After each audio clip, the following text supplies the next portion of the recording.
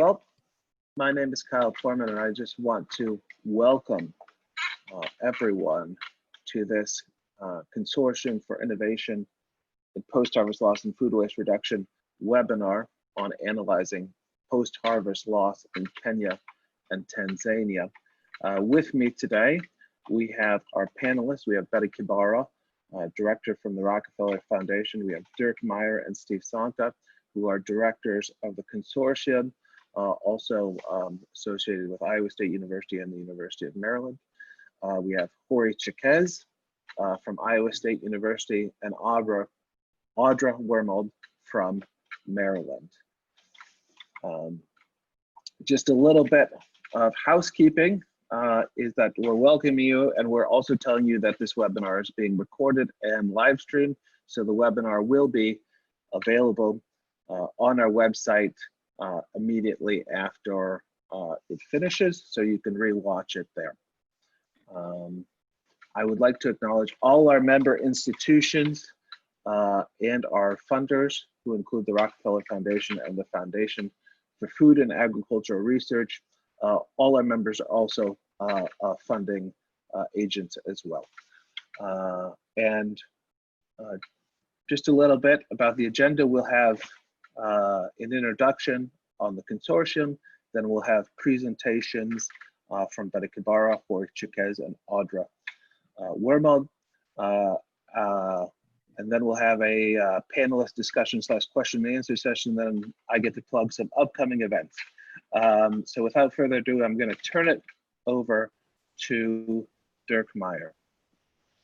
Yeah, Kyle, thank you so much for getting us started here this morning, and welcome everybody to this webinar, which is part of the series that our consortium has started the last few months. Analyzing post-harvest loss in Kenya and Tanzania with a focus on lessons learned specifically with regard to the mango and maize value chain are really a key focus that led to the establishment of our Consortium for Innovation Post-Harvest Loss and Food Waste Reduction, as the YieldWise initiative is an initiative of Rockefeller Foundation that Betty Kibara will talk a little bit more about it. Our mission of the consortium is to bring together thought leaders and experts from across the globe, from academia, industry, government, nonprofit organizations, to help food producers and food system stakeholders across the globe utilize resources more effectively and efficiently in preserving nutritious food and improved lives and livelihoods. And we really express our gratitude to our funding agencies that are supporting this vision, the Foundation for Food and Agriculture Research in the United States and the Rockefeller Foundation, and are very pleased to have Ms. Betty Kibara to kick off our webinar today and remind us of the purpose and impacts of the YieldWise initiative. Betty is not only the director of the Rockefeller Foundation Food Initiative, but she also serves as the co-chair of our consortium's advisory council. And so Betty, thank you so much for being with us and for your support and encouragement of this work.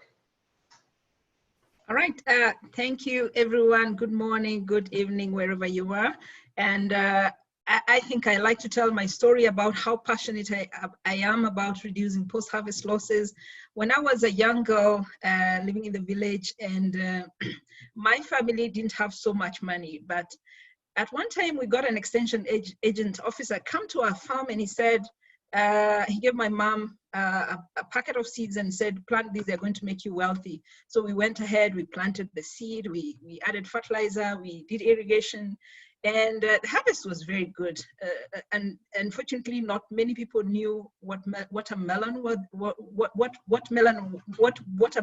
at that time.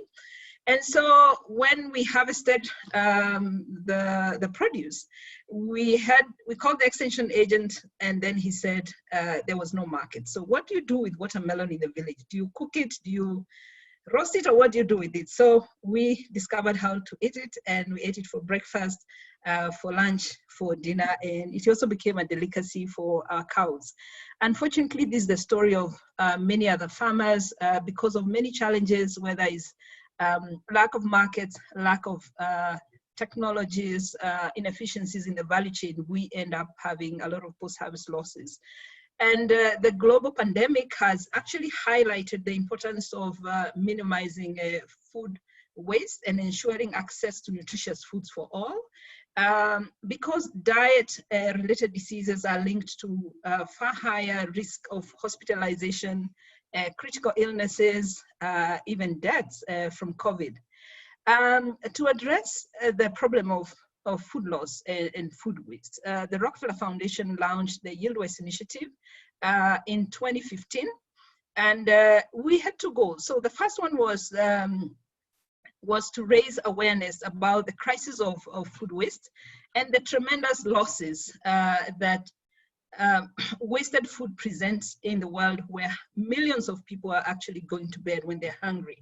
And the second one, we wanted to provide and demonstrate that models of reducing post-harvest losses are actually possible, and also provide tools that can be used to scale. And at that time, actually, less than 5% of the development funds were actually invested in post-harvest losses.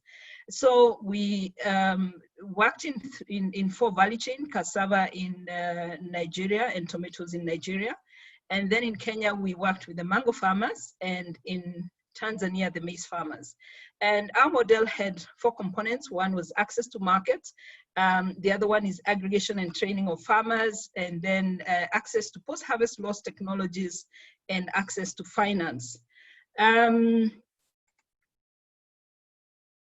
Yeah, and then over the last 5 years, we are very excited about the accomplishments that we have made, and we have learned important lessons about the causes and solutions that exist, both for the low and high income countries. But I think for the purposes of this call, I want to focus more on East Africa.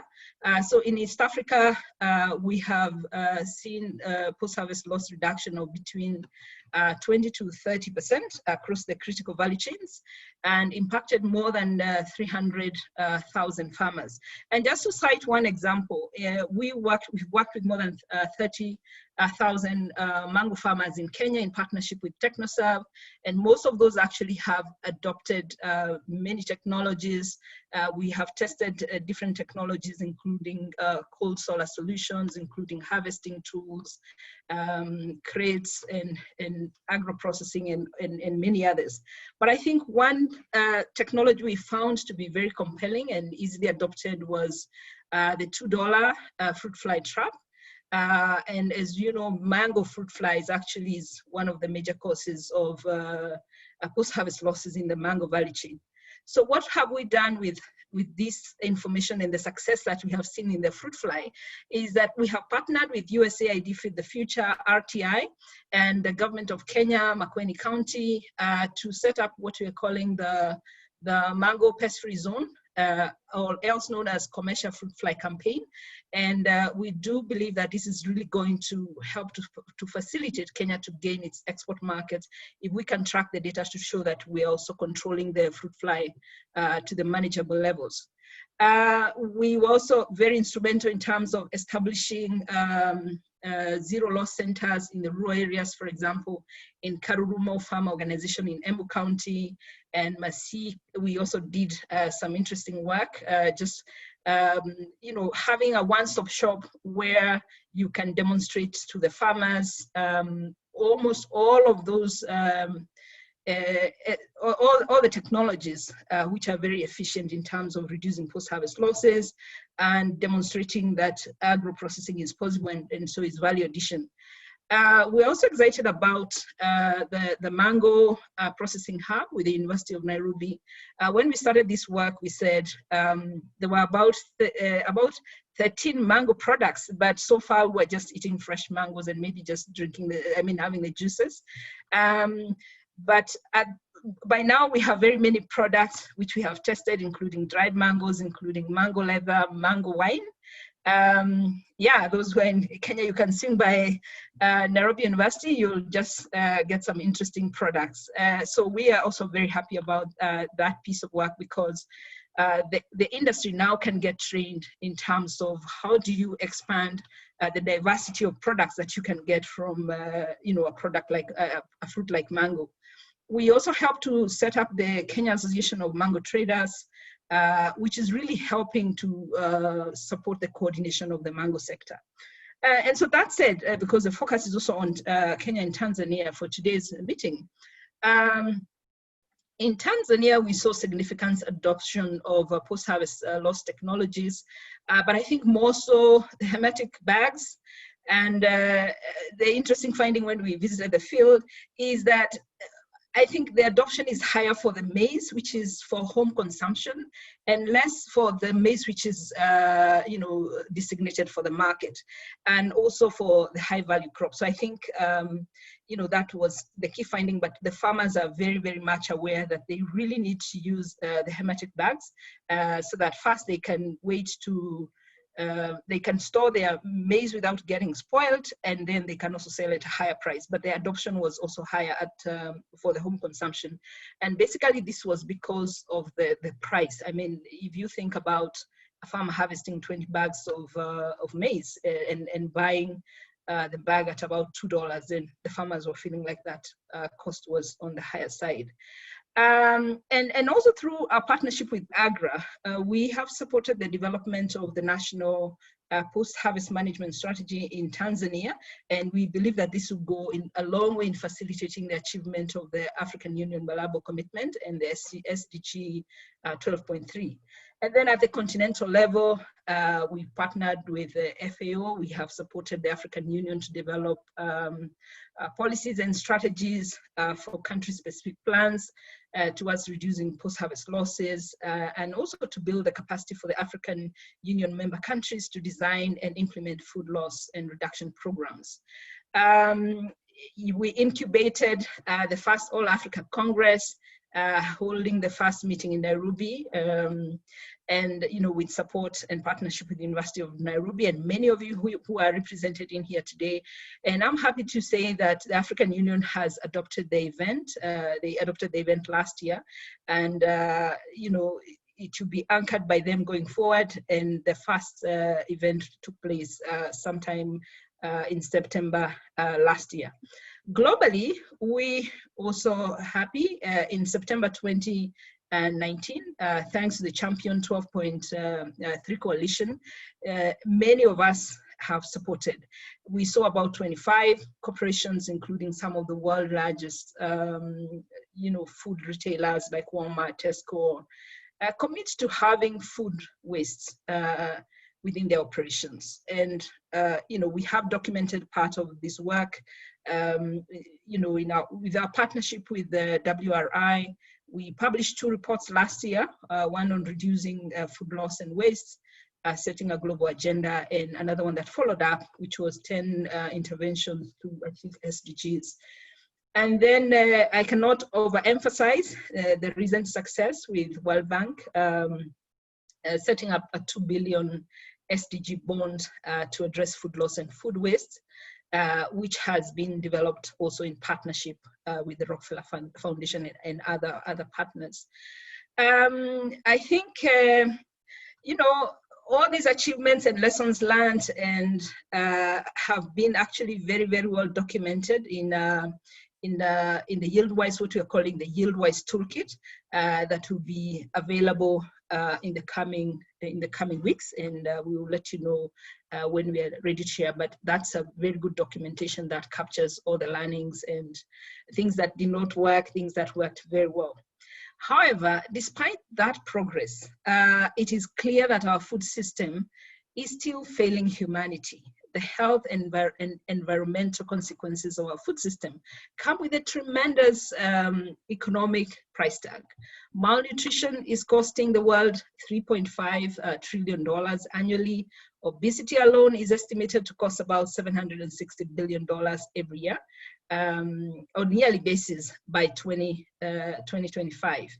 And these problems are systemic, and they can really not be solved exclusively by reducing post-harvest loss. We know post-harvest loss is is important, but is also not enough. And that's why the Rockefeller Foundation is taking our food work in a new direction. And going forward, the Rockefeller Foundation's food initiative is going to focus on increasing global consumption of protective foods. And by protective foods, I mean referring to fruits, vegetables, legumes, whole grain, that radically are underconsumed today, but which, if consumed in the right quantities, can have tremendous positive impacts on health for both people and the planet. And we are going to be incorporating many of the lessons that we have learned through the YieldWise initiative, because in creating a food system that both nourishes the people and regenerates the environment, there is so much more to be done to reduce post-harvest losses. So we look forward to sharing more with this esteemed group in future. And I want to thank all of you who have been part of the Rockefeller Foundation success. And yeah, we look forward to listening more to some of those findings from both the Kenya and Tanzanian work. Thank you so much. Thank you, Betty. That is an amazing list of accomplishments and excellent work. And now we're going to throw it over to Hori Chiquez for his presentation. Hori, take it away. All right, thank you, Kai. I'm just quickly going to share my screen here. Again, hi everyone, and welcome to this webinar on the lessons learned from the YieldWise initiative data. I'm Hori Chiquez, PhD student at Iowa State University in Industrial and Agricultural Technology. I've been working under Dr. Berkmeyer, who is my major professor. So this is the outline of this presentation. I'm going to start with the background of the YieldWise initiative data. And then I will talk about the objectives that we set out here at Iowa State with regard to the YieldWise initiative data analysis. Then I will take you through the mango value chain data review and data analysis. And then I will sort of conclude with some lessons learned, key lessons learned from the mango value chain. At that point, I will shift to the maize value chain. And then there I will also look at some data review, and we will look at some statistics from the YieldWise initiative data with regard to the maize value chain. And then we will also look at some lessons learned from the maize value chain. And lastly, we will look at some public food loss database and how the analysis of the YieldWise initiative relates to those public food loss database. So as most of you are now familiar with the YieldWise initiative, as it was clearly explained by Betty, launched in 2015, but we started receiving the data in 2016. And really, the goal was to help farmers reduce mango post-harvest losses in 3 commodity value chains: mango in Kenya, maize in Tanzania, and tomato in Nigeria. And underneath each of these commodity value chains, you can see implementing partners who worked along with the Rockefeller Foundation to carry out the various interventions, as a result of which they generated the YieldWise initiative data. So at Iowa State University, what we did was we set out these 4 objectives referred to as steps in this slide. And the first step consisted of identifying the files containing quantitative data on a post-harvest loss. We did that for all 3 commodity value chains. The second step consisted of reviewing all this data and summarizing them, as a result of which we came up with some graphs and summary statistics on the mango and maize value chain. The third step consisted of analyzing the data using some machine learning algorithms. We only did this for the mango value chain, and we managed to generate some knowledge on post-harvest loss reduction. So this third outcome is actually the main deliverable of my PhD research. And what we're looking at doing after that is validating those learnings with the Rockefeller Foundation and the implementing partners. So starting with the mango value chain, there were really 2 types of information within that data set. The first one was the different types of losses along the value chain, and you can see them here depicted in this slide. You can see loss during harvest, loss during transportation, and so on. The second type of information were the various variable harvesting, handling, and marketing variables that farmers were using. And these variables will vary from one farmer to another, and they affect the losses differently. So examples of practices within those variables are depicted in this slide. You can see the fruit fly traps that Betsy was talking about as an example. And then we have the following two pictures show some harvesting methods. And then we have the last two pictures with some cold storage facilities. So the question then became, of all these variables that we had, which one was the most important or had the highest importance in reducing mango post-harvest loss? And in order to answer that question, we used a predictive modeling called random forest. And from that, what we managed to do is to rank the importance of variables. In this example, what you can see is the ranking of loss variables during transportation. And all the variables are listed in the vertical axis with the variable with the highest importance at the top of the list and the one with the least importance at the bottom of the list. The actual importance of the variables were quantified in percent increase in mixed square error, and the significance of all the importance also shown here. And what you can see ultimately is that how farmers identify buyers is the variable with the highest importance when it comes to reducing loss during transportation. But we didn't only do that for loss during transportation, we did it for all the other 7 types of losses that I mentioned earlier. So what you can see in this slide are the results from that. And in the first column, we have the 7 types of losses. The second column, we have all the variables that were found to have the highest importance in reducing those losses. And the third column, you have the significance of those variables. But ultimately, what we wanted to do is to find out what are the practices within these important variables that will have the least amount of loss when the farmers are using those practices. So for example, if we're looking at method of harvest, what method of harvest are we talking about? Is it the hand picking, or shaking trees, branches, and things like that? And the same thing applies to all the other variables. And that's really the key lessons from the mango value chain. And what we found was that the practices associated with the least amount of losses along the value chain were hand picking, as laborious as it may sound, was associated with the least losses during harvest. Farmer-based organization when identifying buyers, the export market as a segment to avoid rejections of mango by buyers, the supermarket as a segment to avoid the rotting of mangoes, and finally using crates or cartons when packaging mangoes for sale. So now moving to the maize value chain, what we did, very similar to the mango value chain, we started by analyzing the data and describing. So what we can see is we also have some variables, different variables in the maize value chain, and they were all grouped into categories or sections. As you can see on this picture, we have some demographic categories, the household characteristics, and so on.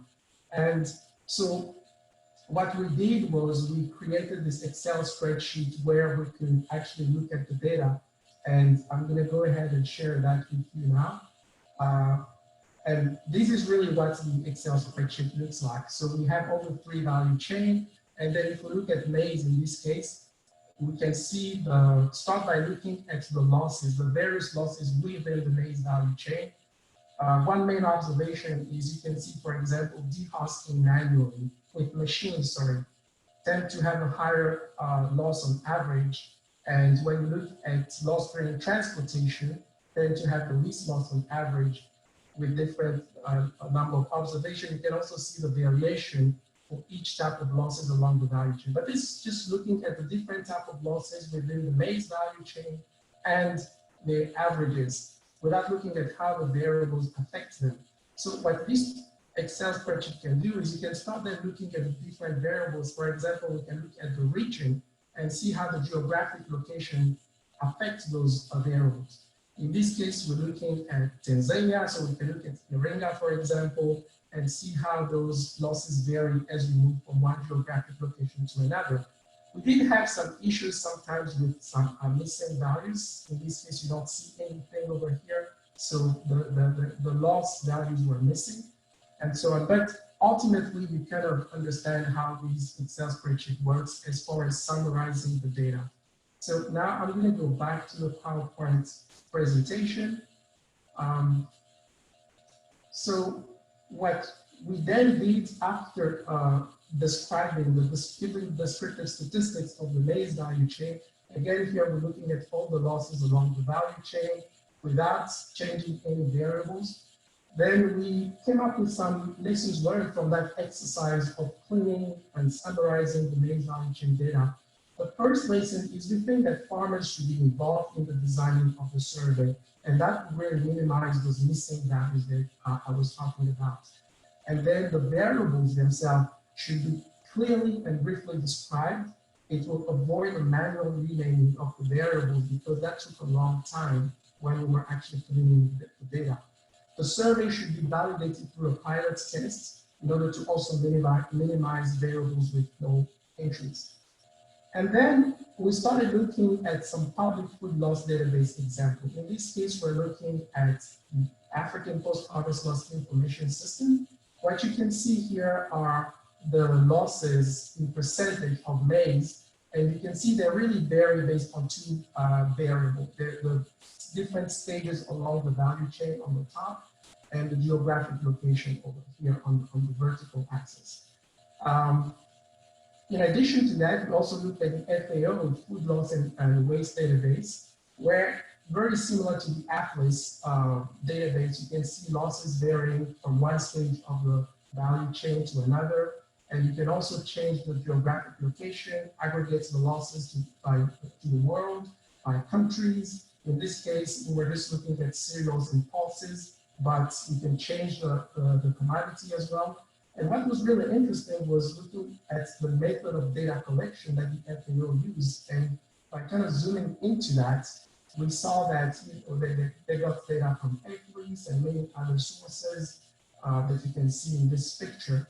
And this is really interesting because what it shows, it provides an opportunity for the analysis that we have done to be then fed into this database.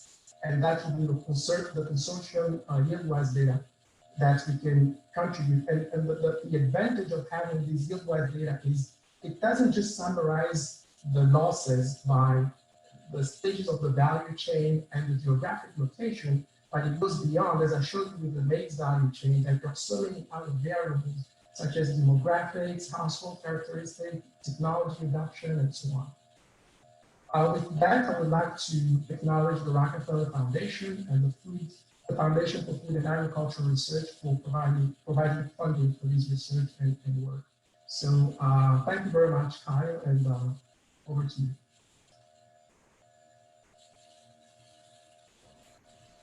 Thank you, Hori, very much. And I just want to say that I think that Betty Kabara has to leave us on the half-an-hour mark. So I just want to thank Betty from the consortium. Thank you for taking time out to be on this call, and I really appreciate it. And now we'll head it over to Audra Wormold for her presentation. Take it away, Audra. Great, thanks so much. So my name is Audra Wormold, and I'm a PhD candidate at the University of Maryland. And we just heard a really nice overview of some of this quantitative data that Hori's been looking into from the YieldWise initiative. And so today I'm going to present some lessons learned gathered from some qualitative in-depth interviews. So there we go. Okay, so we've already heard a lot about the problem of post-harvest loss, but there's one really striking quote here that I wanted to share with you all. And that is, enough food is grown to feed the 1.2 billion hungry or undernourished people worldwide. But the problem is 1/3 of all food produced is actually never eaten. And this represents a $1 trillion drain on the global economy.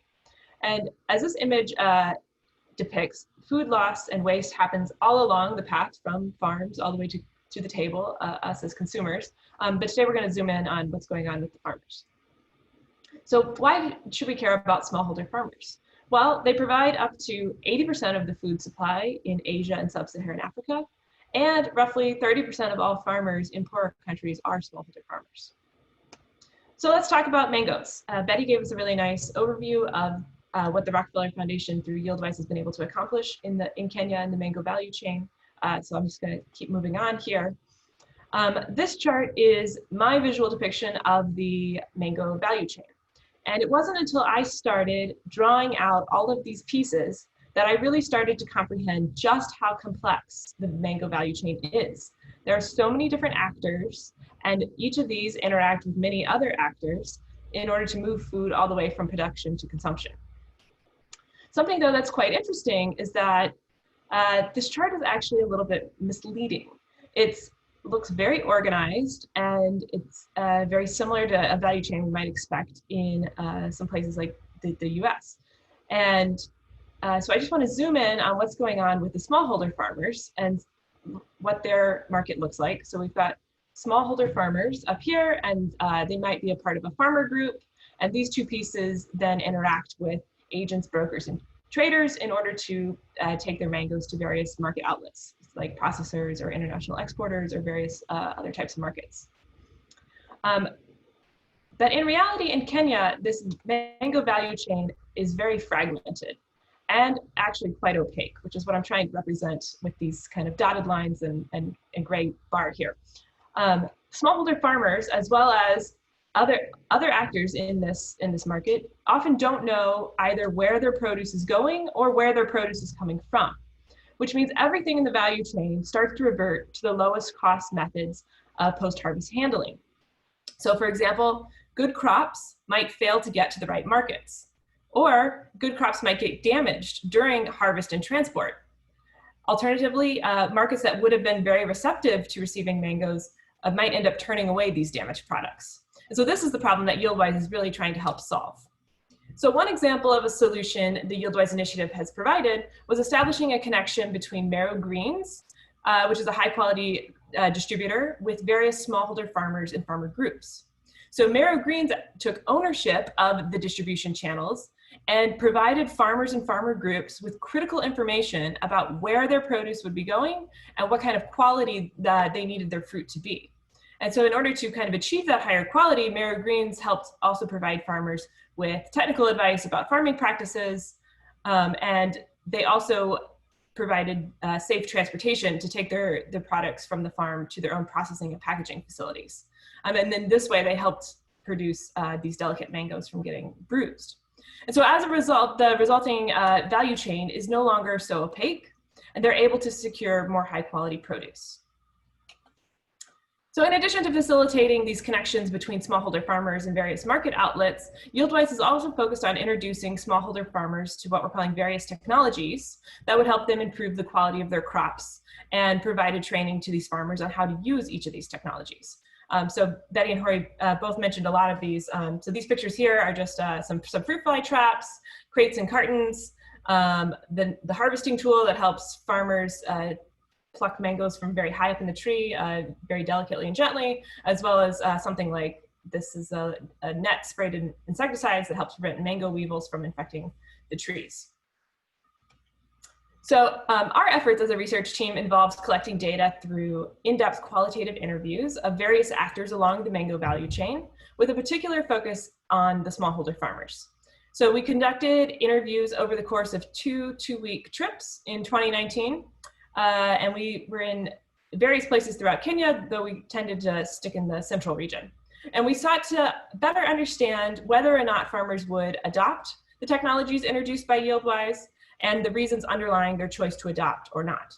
And we ended up with 128 interviews with almost 120 interview hours. So today I'm going to share with you a few initial takeaways from our research. First up is financial gains. And so the farmer in this photo was actually able to build an entirely new home for her family with the increase in proceeds that she received for her mangoes after she started using fruit fly traps, as well as supervising the harvesting process in order to minimize the damage to her mangoes. And so one implication about thinking through these financial gains is in order to convince farmers to adopt these various technologies, there is a need in order to communicate and market to them that extends beyond just, oh, look, this technology works. It's important to be able to communicate some of these additional benefits, like farm and house improvements that can come after technology adoption. Second takeaway here is that farmers need ongoing support in addition to the initial training they received. So even after they had been trained by YieldWise and TechnoServe, many farmers continued to be unsure about when to spray their trees or how to prune or graft their trees correctly. The picture here is showing a tree that's in the process of, that's been grafted. And what we found in one village, there was a group of young men and women who had actually decided to form their own business and become local service providers as a way to continue to support these farmers with some of this missing knowledge that they had. And so for us, this is a really cool example of local knowledge being built and being self-sustaining through their entrepreneurial efforts. This example, however, was actually a little bit of an unintended consequence, but it really begs the question, should an outcome like this be something to consider further when designing future programs and solutions like YieldWise? And finally, some ongoing research that we're still digging into is this idea that motives matter when it comes to long-term solutions. So we spoke with several farmers who were motivated beyond just wanting to make more money, but really to build a better life for their families, for their communities. It was these individuals who really seemed to take a longer-term view on their farming practices and the decisions around technology adoption. So the photo in this slide is of a solar dryer that one farmer built for himself on his farm. And he has all these plans to be able to dry sliced mangoes and be able to sell them in a different market than he would his fresh mangoes. And so he was very focused on making as many improvements as he can to his mango farming. And he talked a lot about making Kenya a better place for his children and grandchildren, about wanting to leave a legacy for them. And so this is something we should really consider when targeting intervention resources and trying to maximize the long-term effect of them. Is really understanding how we can utilize this knowledge on motives and be able to develop longer-term interventions that help nudge individuals into making long-lasting behavior modifications. So just to wrap up this presentation, I was able to kind of quickly explore the YieldWise initiative in Kenya and a few of the takeaways that all emphasize the role of technology in reducing post-harvest loss. I hope this presentation has been able to convince you, or at least intrigue you, to think more about these issues. Studying developing country contexts provides us with new insights that can inform both policy and practice and are very worthy of further analysis. And not to mention, it's a very fertile opportunity for research. But there's one last thought that I'd like to leave you with today, and it's this. In reducing post-harvest loss, technology plays an essential role, but it is not sufficient. We need to be able to better understand individuals and their motives in order to make lasting change. If we don't understand individuals and their motivations, then we won't be able to understand the decisions they make. And this means that an initiative like YieldWise may be able to introduce technologies to smallholder farmers, but there might be a continued struggle to convince farmers to sustain that use of those technologies and to be able to scale that use to even more farmers. And so there's a very important role to be played in the social sector by organizations like Rockefeller, who can and do provide the catalytic support for lasting change. Thank you so much. Thank you, Audra. That presentation really, I think, really melded well with what we saw from Hori. And so now we're going to move into a part of the webinar, the question and answer portion, where we're going to bring in Dr. Sanka and Dr. Meyer to act as a type of kind of panel slash question and answer session. So you all can ask questions via the Q&A box, and we will interject those questions into the discussion. So first off, we're going to ask questions via Dirk and Steve, and then we'll get into the questions from the participants. So Dirk, Steve, do you want to start us off with the first kind of discussion question? Dirk, all right. Well, first of all, I want to express my appreciation for both Hori and Audra, who really represent what the consortium is also very much about, and that's really to work with the next generation of scientists, researchers. Both of them have made this topic a part or a key basis of their PhD research work. And what you have heard today is an excellent representation of the progress that they've made as a result of their studies. And so we're very pleased and very excited about that. The kinds of findings and lessons learned continue to be further refined. We gain a greater understanding all the time, in addition to the many publications that are out there. And so I just want to echo what both of them presented as excellent. We just thought that that was a good, timely update from the consortium about the current research efforts. And we have many, many other graduate students at all other institutions that are members of the consortium working on projects, and look forward to seeing those presented, over the coming months. Steve, you want to comment on anything? Oh, and being a retired professor, I just have to ask some questions. And Jorge, I was intrigued with your slide about the practices that seem to have be correlated with lower loss. And this relates to how things are coded in the survey, I think, is hand picking. And one of the things I was impressed with when I've been in Kenya is learning that the common practice for harvesting mangoes is to send a young person into the tree to shake the tree. So I'm assuming, and maybe you can help me out with this, but I'm assuming hand picking is different than shaking the tree and letting the mangoes fall. Is that your sense of what your data says? Yes, absolutely. So the way it is recorded in the data is we have different categories, or rather levels of that method of harvest. So that's the variable, the method of harvest. And within that variable, we have hand picking as a method of harvest. Then there is shaking the trees and branches as another method of harvest, and so on. So from the data, they are quite distinct. And the second thing about that slide, it seemed to me the other factors could be summarized as being linked to a more organized supply chain. I remember supermarkets being mentioned and others. Is that a correct reading of that slide, that it seems where the supply chain is more organized, we get less loss? Yes, that's correct. That's correct. So the segments to which the farmers sell their mangoes does have an importance in reducing post-harvest loss. In some cases, as you mentioned, the supermarkets, there has to be something inherent to the way supermarkets deal with the farmers that results in the farmers having fewer losses, definitely. But looking from the data, what we can see is that the supply chain, as you say, does have an impact on that. And that connects to something I wanted to ask Audra. Betty mentioned and I didn't get the name exactly right, but it's the Kenyan Traders Association. And I believe you met with some of the representatives of that in your research. And can you give us some thoughts on what that is trying to do and how that might reduce post-harvest loss and hopefully improve farmer incomes? Yeah, so she was talking about the Association of Kenya Mango Traders.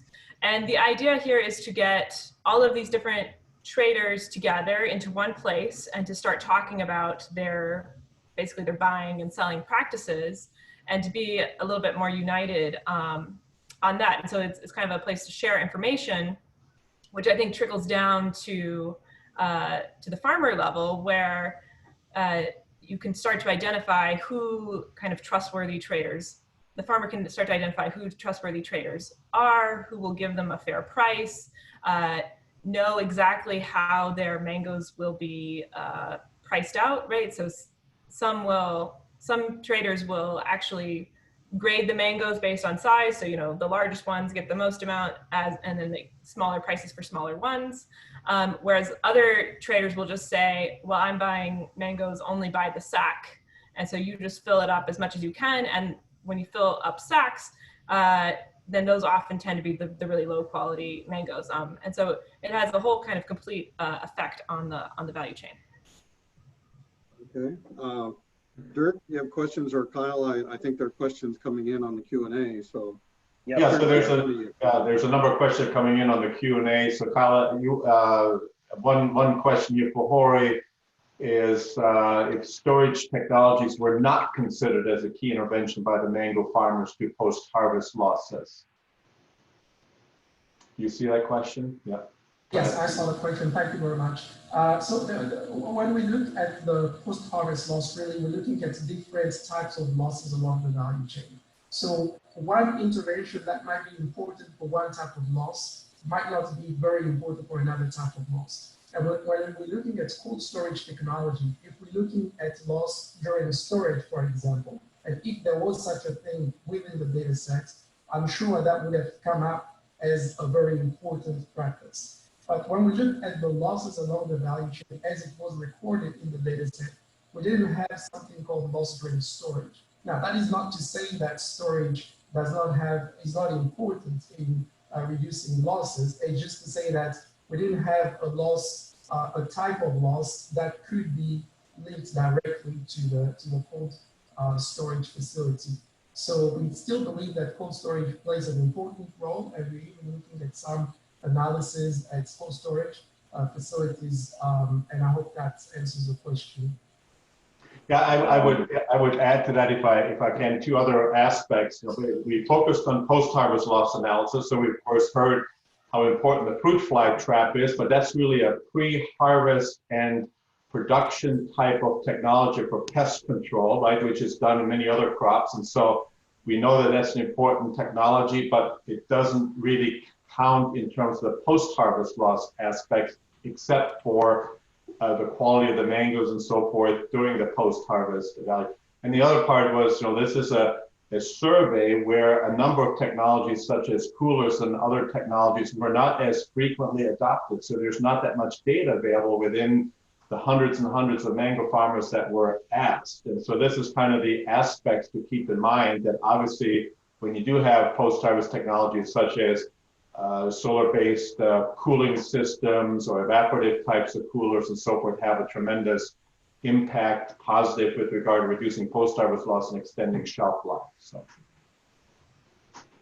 we have a number of questions coming in here, so I'm gonna group a couple for I think probably for Audra, but we have a question about whether, you know, farmers working in groups compared to individual farmers. That's one of the questions, and if you can kind of group that together with, do you think the entrepreneurial example of young people providing the ongoing support for farmers is a way of making this provision more systemic? So if you could group those together, that would be wonderful, Audra. Yes, absolutely. So on the topic of farmers joining farmer groups, absolutely, I think it's a great thing. When farmers are a part of a really strong working farmer group, we actually saw examples where they were able to have a stronger negotiating power with traders, because these farmers and farmer groups all tend to be in kind of the same area, and they all decided that they wouldn't sell their mangoes below a certain price. And so instead of the buyer, the trader, being able just to hop over to the next farm and kind of undercut them, the farmers that were in the farmers group were all able to benefit from higher prices. So I think that's great. And then the other topic of this kind of entrepreneurial type of groups forming, and can this be made more systematic?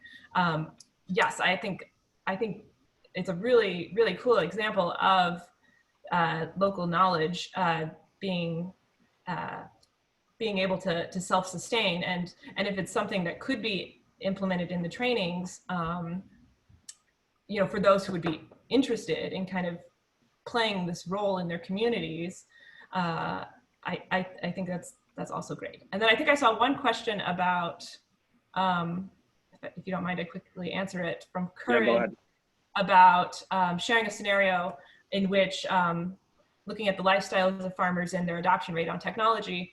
And one quick example that came to mind was looking at these fruit fly traps. And so Betty mentioned how they were able to sell traps for $2, which I think is great. But what we also saw is it's not enough for farmers just to buy, you know, one trap or their initial set of traps for their farms. The bait that goes into these traps has to be replaced quite frequently, and it becomes costly for the farmers to be able to buy both the container of the trap itself and the bait. And so what we saw was farmers learned how they could just replenish the bait within the traps they already had, or they could create their own traps using old like yogurt containers, or you know, any other kind of smaller like plastic or cardboard containers, and they could put the bait in that. And so I think that's a really cool way of kind of realizing the challenges that they have, but also the creative solutions that they've come up with to address some of those challenges.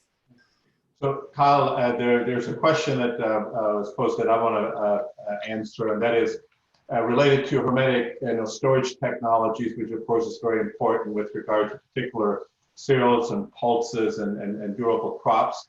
There's no question that hermetic storage bag technology has had a tremendous impact, positive impact on reducing post-harvest losses. And the benefit, as Betty pointed out, with regard to the adoption of hermetic bags, with regard to especially smallholder farmers or in the rural areas in particular that want to preserve not just their harvest, but also their own self-sufficiency from harvest to harvest, or hold some of that grain in order to get a higher price later in the season, is absolutely critical.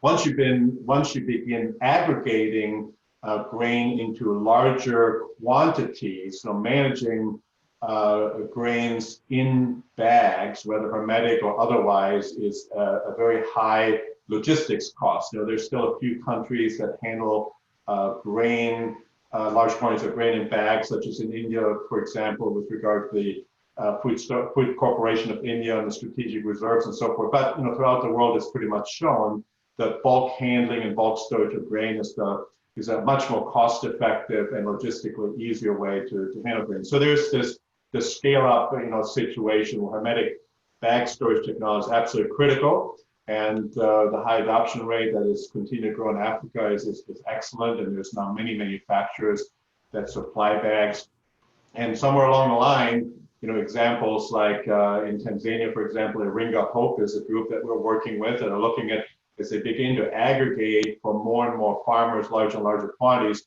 at what point in time to move towards some kind of bulk storage is a key question. It's a question that we're looking at as part of our research in the consortium as well. Great. Thank you for that answer, Dirk. We have a question from Anne, talking about the programs end of the YieldWise initiative, and are then farmers practicing using the technologies, I guess, going forward, is the question. And is there any plans to kind of scale the YieldWise up? I guess that one might be a question for Dirk or Steve, but anyone can chime in. Go ahead, Steve. So I think there are two parts of the question. And my understanding is that the YieldWise project is concluding, and that we're actually part of, the end of phase, the project looking for lessons learned. Second part of the question was about continuation of use of the practices, and I think that's where a number of things that we've talked about here are really important, such as the service group. We from the outside, we tend to think of farming as simple, and all we need to do is educate someone, give them training. But in reality, around the world, farming is an ongoing process, and it's busy. And so that's where the notion of service and ongoing service, and it may not just be, as the example Audra mentioned, post-harvest loss service was part of what was being offered, but they're also offering grafting and pruning, and so a package of services to improve performance at the farm level. I also think organizations are important, and Dirk mentioned Iringa Hope, and we see when I was in Tanzania, which we didn't talk about in this session, we see a lot of organizational momentum comprised of individual smallholder farmers and the co-op moving forward in the adoption of technologies and sustained use. So at least that's the way I think of those things.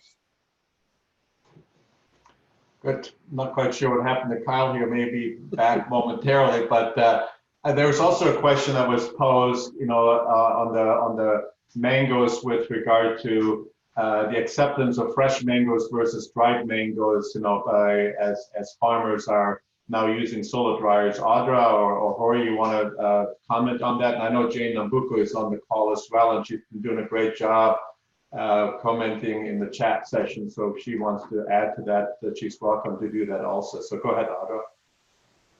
I'm sorry, I think I missed the first part. I was typing. Oh, I'm sorry. It has to do with fresh versus dried mangoes. Do you notice any, or did you hear of anything with regard to in your surveys? Yeah. Yes. So there was a lot of interest from the smallholder farmers in being able, they call it value addition to their products. So being able to transform a fresh mango into a different type of product, like a dried mango or juice or something like that, that's a little bit more shelf stable, and they have a little bit longer time to sell it. So there's a lot of interest on the smallholder farmers on that part. There's obviously still the issue of linking them to markets, and as well as kind of hygiene standards when it comes to processing these things. But there's some great groups that Jane's working with, the Kurumo group and the Kambiti group who are working through some of these things. And if I can do a plug, Kyle mentioned he was going to talk about upcoming events. September 7th, as part of the Africa Green Revolution Forum, the consortium is hosting a session on essentially linking post-harvest loss and business processes and incubation. One of our panelists is the CEO of a startup firm, emerging firm called Azuri Health. And Tay will give us a lot of information about what needs to be done to achieve consumer acceptance. And that progress, I want to say progress in that regard, but it's a marketing process and it takes work. So I thought I'd throw in that plug for future webinars of the consortium. Great, and that's up on the screen right now. Yeah. So. And I think that's one of the things, an aspect to re-emphasize, that Steve has mentioned and Audra pointed towards as well. When it goes towards the value-added processing opportunities on whether it's produce or whether it's grains, traditionally those value-adding processing, whether it's cooling, whether it's packaging, whether it's pureeing or freeze drying or whatever it is, those are typically done in more of a agribusiness industrial type of setting. And if there is opportunity, in particular when there is opportunity to do more of those value-adding practices or processing steps in the value chain at the farmer level, and there's many great examples, not just on the continent but throughout the world, the profit, the revenue, the gain from these value-added processing steps go and remain with the farmers, with the producers. So these centers that Betty had mentioned and that are very active or being set up, these zero loss centers and so forth, where you get some of those processing steps done by the farmers is very important. But then the challenge becomes you have to work in the food processing, food safety, and lots of other regulations that come about that right away when you begin to produce your own consumer products. And those are significant investments that are required for those types of aspects. Great. Do we have time for one more question here? I'm sorry, my Zoom crashed. I don't know if there are any old outstanding questions. There might be one here.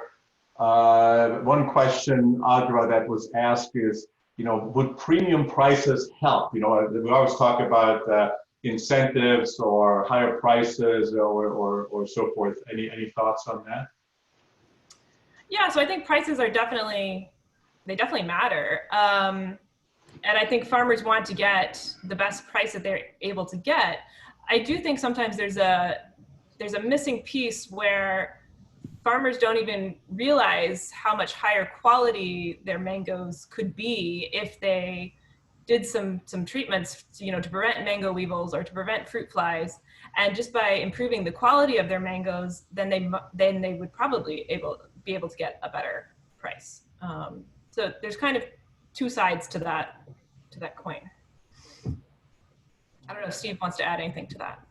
No, we tend to talk about a premium price. Nobody in the world voluntarily pays a premium price. We pay a higher price for better quality. If we have lower costs, farmers earn profits. And I think those are the things we need to be focused on. And it's about providing more value so you earn more profits as a way to think about these issues. All right, so I just want to thank, we're going to wrap up the webinar here. I want to thank all the panelists, Audra, Dirk, Steve, Betty, Corey. I think this was an excellent panel, amazing presentations, and the work that you've all done it just blows my mind, actually. But as I promised before, and Steve has already done, we do have another event. It's going to be at the African Green Revolution Forum. It's an all virtual forum this year because of COVID. Our event is on September 7th, and it's from 5 p.m. to 6 p.m. Central African time, which is Rwanda time, Kigali time. I think it's going to be an excellent event, so we encourage you. And the event, the whole Africa Green Revolution Forum is free, so you can register. So to be part of our event, please register for the whole event and take advantage of it. The consortium will have a number of events coming up in September as well, and we will let you know about those via our, Twitter, LinkedIn, and our email list. Anything else from the panel? Okay. We want to thank the participants so very much for joining us. Thank you so much for listening, and we will see you next time. Thank you, and bye-bye.